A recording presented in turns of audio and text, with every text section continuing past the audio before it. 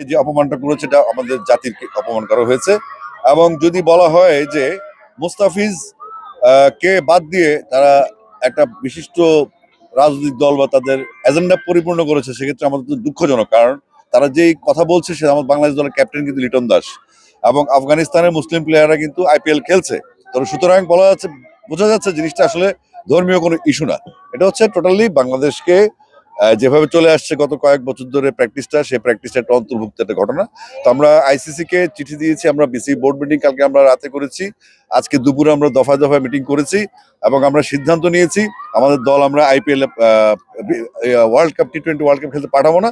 কারণ আমরা নিরাপত্তা সংকটে আছি, নিরাপত্তা সংশয় আছে। কারণ সেখানে আমাদের প্রচুর পরিমাণে মিডিয়া কর্মী থাকবে, আমাদের দর্শক থাকবে, আমাদের সংগঠকরা থাকবে।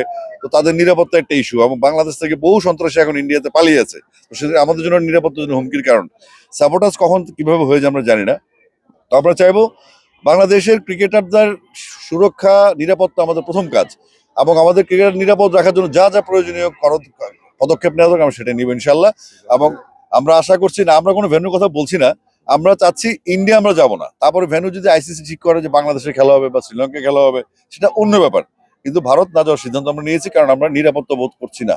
ওকে, থ্যাংক ইউ।